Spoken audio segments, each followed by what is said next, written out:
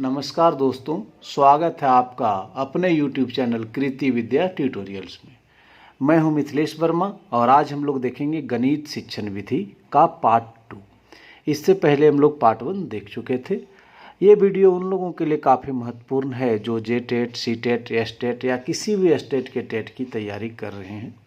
इस सीरीज में हम लोग काफ़ी महत्वपूर्ण प्रश्नों को लेकर के आते हैं। कहिए कि विगत वर्षों में पूछे गए प्रश्नों का ही यह सेट रहता है।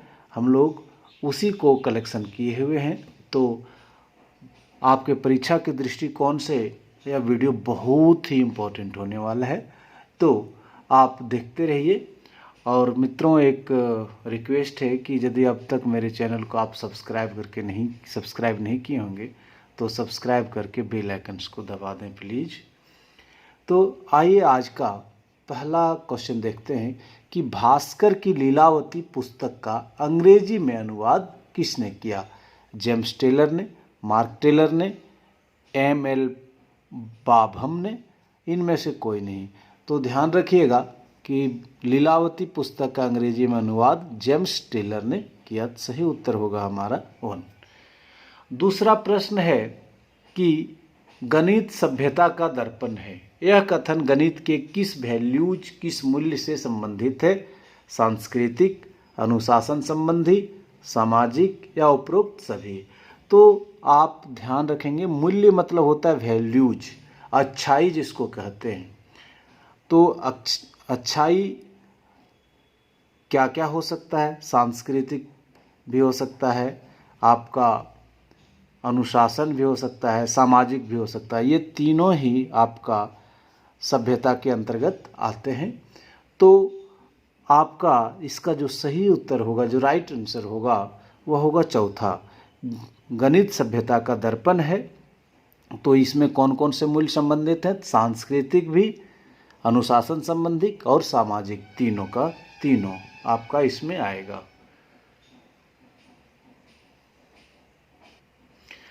तीसरा प्रश्न है कि गणित की अच्छी पाठ्य पुस्तक के चयन के समय हमें किस बात का ध्यान रखना चाहिए? गणित की अच्छी पाठ्य पुस्तक, बढ़िया पाठ्य पुस्तक के चयन के समय हमें किस बात का ध्यान रखना चाहिए? माना कि हम लोग बाज़ार गए हैं, बुक स्टॉल गए हैं, तो हमें अच्छा बुक खरीदना है, अच्छी पाठ्य पुस्तक खरीदना है, तो उस समय हम लोग किस बात का ध्यान रखेंगे? तो पहला है प्रश्नावली के सारे प्रश्न हल किए हों। दूसरा है पर्याप्त मात्रा में उदाहरण एवं प्रश्नावली में प्रश्न हो। तीसरा है उदाहरण ज़्यादा तथा प्रश्नावली में प्रश्न कम हो। चौथा है उदाहरण कम और प्रश्नावली में प्रश्न ज़्यादा हो। तो इसका जो सटीक आंसर, जो राइट आंसर होगा, वो होगा दूसरा, कि पर्याप्त मात्रा में उदाहरण हो और प्रश्नावली में प्रश्न भी अच्छा हो, ठीक ठाक हो, तो प्रश्नावली में प्रश्न हो। तो ये सबसे सटीक आंसर है हम लोगों का, सबसे उपयुक्त है। इसमें देखिए, प्रश्नावली के सारे प्रश्न हल किए हों तो बच्चे का तार्किक शक्ति का विकास नहीं होगा, क्योंकि सारे के सारे प्रश्न हल किए रहेंगे तो बच्चे क्या करेंगे, इसलिए यह गलत है। तीसरा है उदाहरण ज़्यादा हो और प्रश्नावली में प्रश्न कम हो। यहाँ भी कामचोरी का बात आ जाएगा। ज़्यादा प्रश्न सॉल्व किया हुआ रहेगा तो प्रश्नावली में बहुत कम सॉल्व करना पड़ेगा, ये गलत है, ये उतना सटीक नहीं है। उदाहरण कम तथा प्रश्नावली में प्रश्न ज़्यादा हो, तो कभी कभार क्या होता है, बच्चे सभी एक जैसे नहीं होते हैं, तो उदाहरण कम होगा और प्रश्नावली में प्रश्न ज़्यादा होंगे तो क्या होगा कि वो प्रश्न नहीं बना पाएंगे बच्चे, तो वो बोरिंग फील करेंगे और अंत में उनका मैथ से इंटरेस्ट घट जाएगा। इसलिए यह भी गलत है। तो सही सबसे अच्छा आंसर जो होगा वह है दूसरा नंबर। नेक्स्ट प्रश्न है चौथा, कि गणित विषय का पाठ्यक्रम में महत्व है क्योंकि यह, अच्छा, गणित का ना पाठ्यक्रम में महत्व है, इम्पोर्टेंस है गणित विषय का, क्योंकि विज्ञान विषयों के अध्ययन में सहायक है, तर्कात्मक सोच को विकसित करता है, व्यवहारिक जीवन में उपयोगी है और इनमें से सभी। तो गणित का इम्पोर्टेंस है पाठ्यक्रम में, क्यों? तो इसका सही आंसर जो होगा वह होगा इनमें से सही, इनमें से सभी, इनमें से सभी होगा। तो गणित का पाठ्यक्रम में महत्वपूर्ण स्थान है, महत्वपूर्ण स्थान है, क्योंकि यह विज्ञान विषय के अध्ययन में सहायक है। आप फिजिक्स पढ़ेंगे, केमिस्ट्री पढ़ेंगे, उसमें आपका न्यूमेरिकल्स प्रॉब्लम आएगा, जिसे हम लोग गणित के सहायता से ही सॉल्व करते हैं। तर्कात्मक सोच को विकसित करते हैं। इम्पॉर्टेंट पॉइंट यही है कि गणित हम लोग तार्किक ढंग से पढ़ते हैं, ताकि तर्कात्मक सोच विकसित हो सके। तो ये भी सही है। व्यवहारिक जीवन में उपयोगी है। हम लोग बाजार करने जाते हैं तो वहाँ हिसाब किताब भी अपना करते हैं, तो उसमें भी मैथमेटिक्स का यूज होता है, तो व्यवहारिक जीवन में भी उपयोगी है। इसलिए यहाँ पर सबसे उपयुक्त आंसर जो होगा, सबसे राइट आंसर जो होगा, वह होगा 4th नंबर। ज्यामिति में उपपत्ति लिखना संकेत करता है द्विस्तंभीय तालिका, जिसमें अभिगृहित और निगमन है। दूसरा है किसी आकृति को खींचने के पद को। तीसरा है कथन के तर्क या औचित्य को। और चौथा है ज्यामितीय प्रश्न के वर्णन को। तो ज्यामिति में उपपत्ति लिखना क्या संकेत करता है, इस चीज़ को हम लोग थोड़ा ध्यान से देखते हैं। उपपत्ति मतलब, देखिए कभी कभार आपको ना उपपत्ति, यहाँ उपपत्ति होता है, उत्पत्ति लिखा गया ना, ये सॉरी, यहाँ उपपत्ति होगा, सॉरी उपपत्ति होगा। तो उपपत्ति मतलब होता है प्रूफ लिखने का क्या कारण हो सकता है, प्रूफ लिखना क्या संकेत करता है।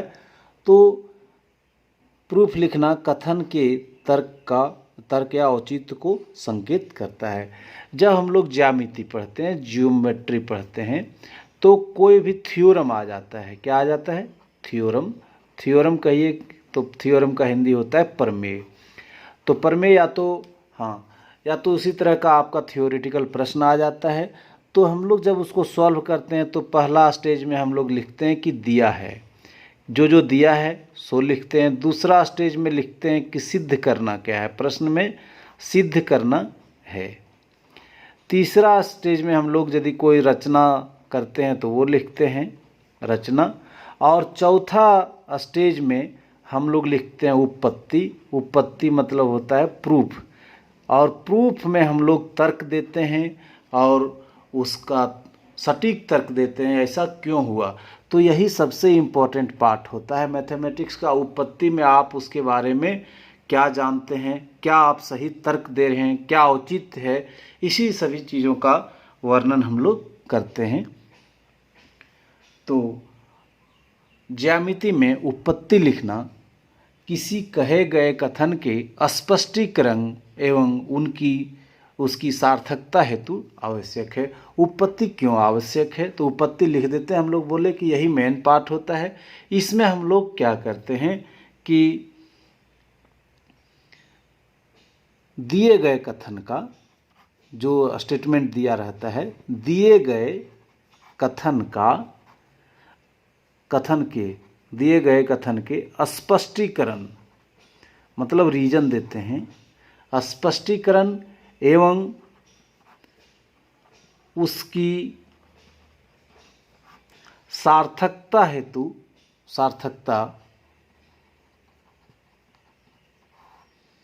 का वर्णन करते हैं।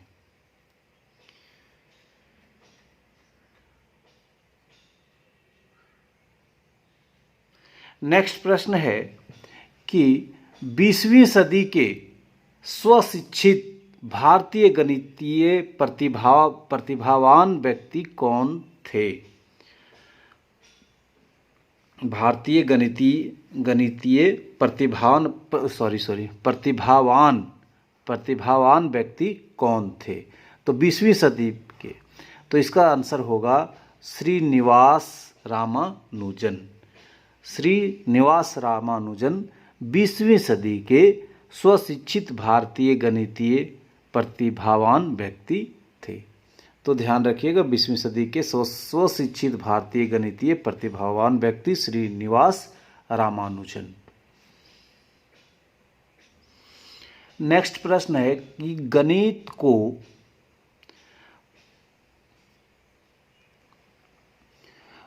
गणित की पाठ्य पुस्तक में विषय वस्तु को विकसित करना चाहिए। किस क्रम में? अभ्यास के क्रम में, तार्किक क्रम में, समस्यात्मक क्रम में, और चौथा है इन सभी में। तो इसका जो सही आंसर होगा वो होगा दूसरा, तार्किक क्रम में। तो गणित की पाठ्य पुस्तक में विषय वस्तु को तार्किक क्रम में विकसित करना चाहिए।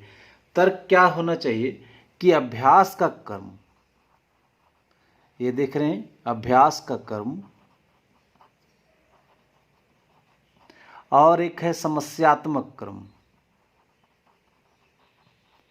समस्यात्मक क्रम। तो ये ध्यान दीजिएगा कि हम लोग सबसे पहले क्या करेंगे, हम लोग विषय वस्तु का प्रस्तुतिकरण करेंगे। तर्क क्या होना चाहिए? विषय वस्तु का प्रस्तुतिकरण करेंगे। आप कहिए कि विषय वस्तु को आप पढ़ा देंगे, और पढ़ाने के बाद का स्टेज आता है अभ्यास का क्रम। अभ्यास हम लोग तब कराएंगे जब हम लोग विषय वस्तु को प्रस्तुत कर देंगे, हम लोग पाठ को पढ़ा देंगे, उसके बाद अभ्यास का क्रम आता है। और उसके बाद आपका अभ्यास में भी बहुत तरह के प्रश्न आते हैं, तो उसमें से आपका अभ्यास समस्यात्मक क्रम भी आएगा।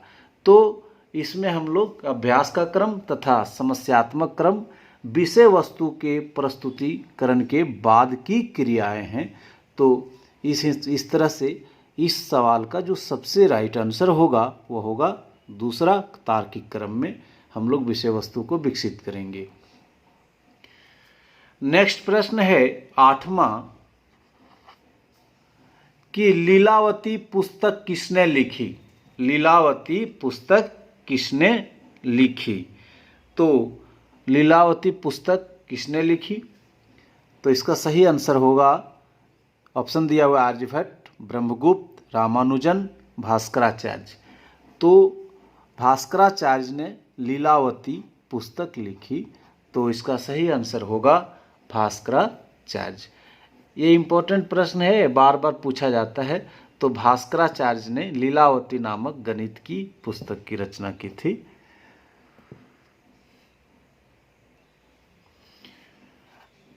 नेक्स्ट प्रश्न है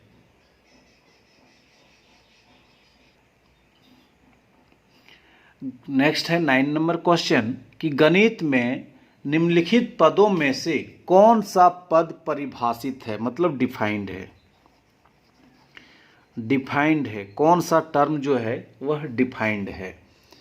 समतल, बिंदु, रेखा, चतुर्भुज के कर्ण।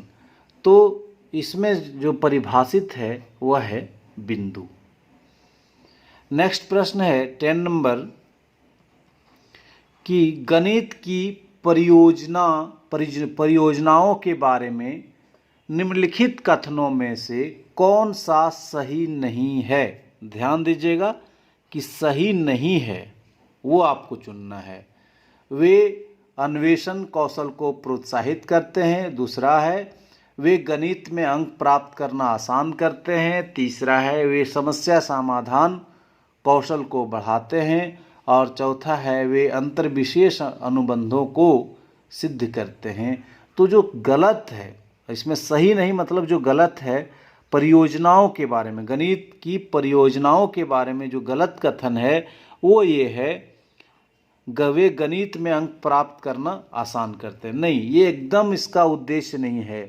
परियोजना का उद्देश्य यह कभी नहीं हो सकता कि गणित में अंक प्राप्त करना ही उसका मुख्य उद्देश्य है। ये गलत है, ये सरासर गलत है। इसलिए इसमें जो सही नहीं है वह है दूसरा नंबर ऑप्शन। तो गणित की परियोजनाओं के बारे में थोड़ा जान लेते हैं हम लोग। गणित की परियोजनाओं, गणित की परियोजनाओं द्वारा क्षेत्रों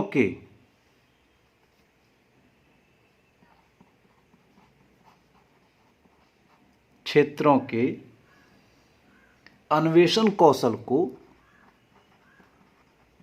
अन्वेषण कौशल को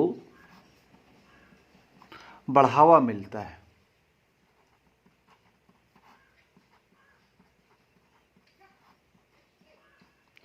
वे स्वयं समस्या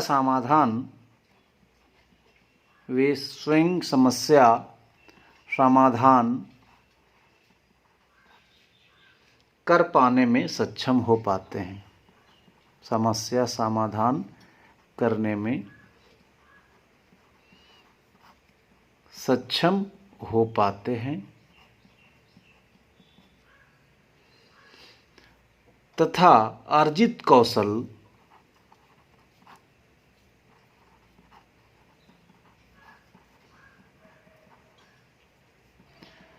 अन्य विषय क्षेत्र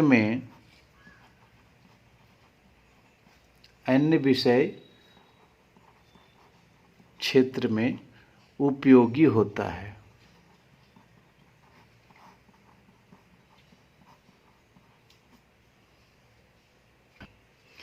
तो गणित की परियोजनाएं का ये सब विशेषताएं हैं। यह एक संकुचित कथन होगा कि गणित में अंक प्राप्त करना आसान करते हैं। परियोजना, गणित की परियोजना एकदम संकुचित संकीर्ण मानसिकता को दर्शाता है और गणित की परियोजनाओं द्वारा हम लोग क्षेत्रों के अन्वेषण कौशल को बढ़ावा मिलता है। बच्चे स्वयं समस्या समाधान करने में सक्षम हो पाते हैं तथा अर्जित कौशल अन्य विषय क्षेत्र में उपयोगी होता है। नेक्स्ट प्रश्न है कि सहसंबंध से दो चरों में पाए जाने वाले संयुक्त संबंध का पता चलता है। यह कथन किसने कहा है? सहसंबंध से दो चरों में पाए जाने वाले संयुक्त संबंध का पता चलता है। यह कथन किसने कहा है? तो यह कथन है आपका लेंथरोप का। लेंथरोप का, ये ध्यान में रखेंगे आप। नेक्स्ट प्रश्न है, ये बहुत बार आता है, बहुत ही इम्पोर्टेंट सवाल है कि गणित की प्रकृति है तार्किक, अलंकारिक, कठिन, यह सामान्य लोगों के लिए नहीं। ये तो सरासर गलत है। गणित की प्रकृति कठिन भी नहीं है, अलंकारिक भी नहीं है। तो गणित की जो प्रकृति है वह है तार्किक। गणित की प्रकृति तार्किक होता है। तो सही आंसर जो होगा एक, और वो क्या? तार्किक। गणित की प्रकृति तार्किक होती है। नेक्स्ट प्रश्न है हम लोगों का, वो है 13 नंबर, कि गणित सार संग्रह के लेखक हैं। गणित सार संग्रह के लेखक हैं आर्यभट्ट, भास्कराचार्य, महावीराचार्य या चौथा है ब्रह्मगुप्त। तो इसका सही उत्तर जो होगा वो होगा सी नंबर, महावीराचार्य। तीसरा नंबर होगा जो होगा महावीराचार्य। गणित सार संग्रह के लेखक कौन थे? तो महावीराचार्य थे। तो मित्रों, ये वीडियो आपको कैसा लगा आप कमेंट्स करके बताएंगे। और एक रिक्वेस्ट है कि यदि आपको ये मेरा चैनल अच्छा लग रहा होगा, ये वीडियो मेरा अच्छा लग रहा होगा और अब तक मेरे चैनल को सब्सक्राइब नहीं किए होंगे तो काइंडली आप सब्सक्राइब कर लें और बेल आइकन्स को दबाना नहीं भूलिएगा। बेल आइकन्स दबाने से होगा क्या कि मैं जब भी वीडियो अपलोड करूंगा तो उसकी सूचना आपको तुरंत प्राप्त हो जाएगी। तो मित्रों, आज यहीं तक। हम लोग पार्ट 3 लेकर के गणित शिक्षण का पार्ट 3 गणित शिक्षण का पार्ट 3 बहुत जल्द लेकर के आएंगे। तब तक के लिए धन्यवाद।